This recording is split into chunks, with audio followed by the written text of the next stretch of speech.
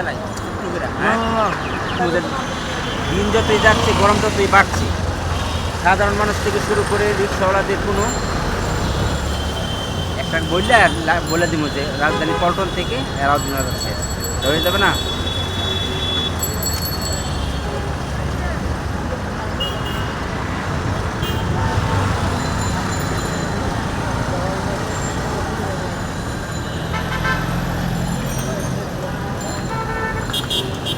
রাস্তা ফাঁকা, লোকজন নাই, যাত্রী নাই, ভাড়া কম, জায়গায় জায়গায় বসে থাকি, এই রোডের অবস্থা।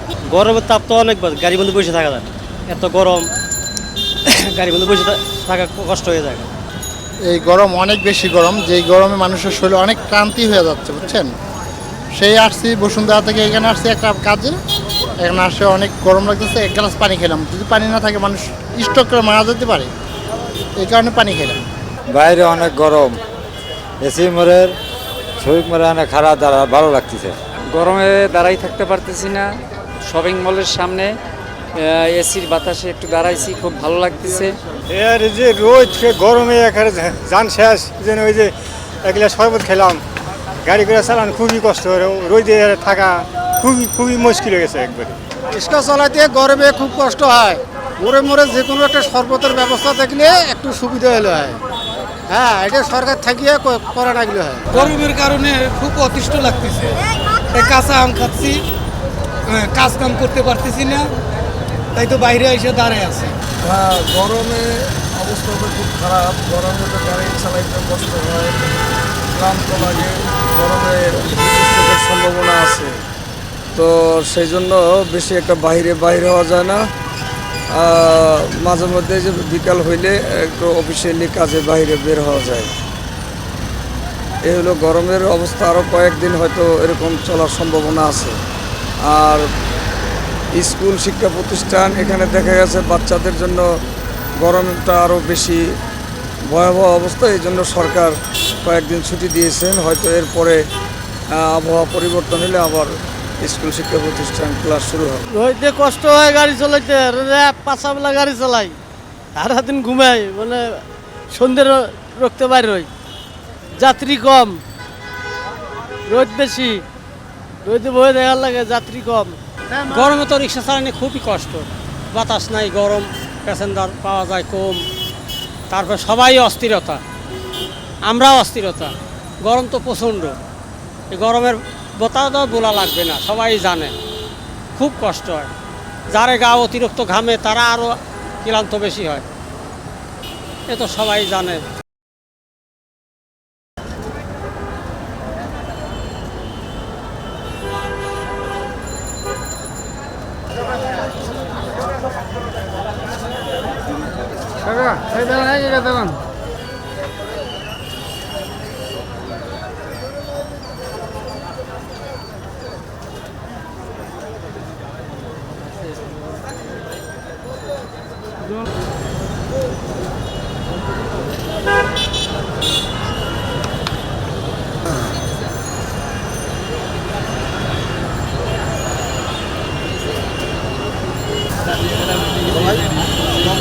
সামনে ডাবল আলো মানে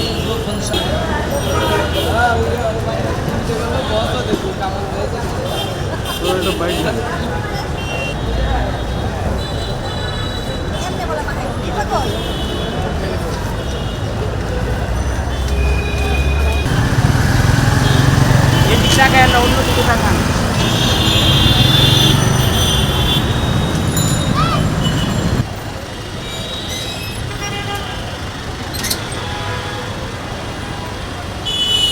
বুঝে ফেলছি, আর লাগবে না বুঝে ফেলে।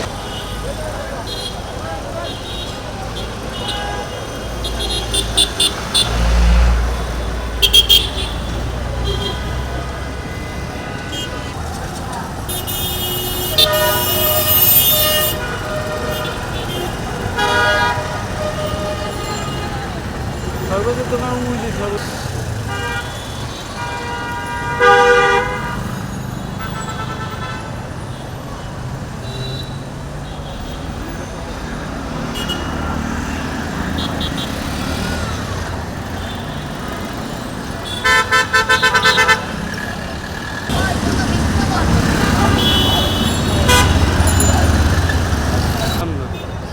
শরবত খাচ্ছে, ছবি নিব তো এরকম গরমে। এখন বিষয় হচ্ছে এমন লোকজন নাই তো গাছের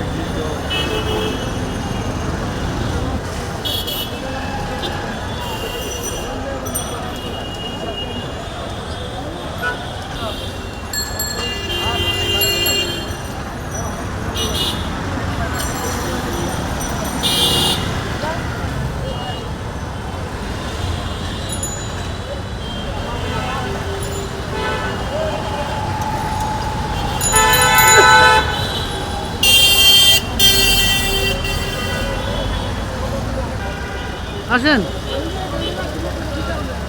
ব্রেক এবার শরবত চান ওর কাছে। বঙ্কার শরবত দে, সালা বসালা হাসলে কিন্তু মাইক দেবো। খান,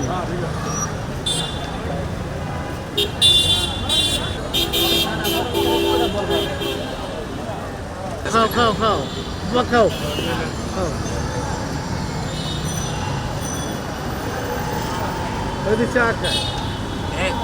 কত টাকা গ্লাস?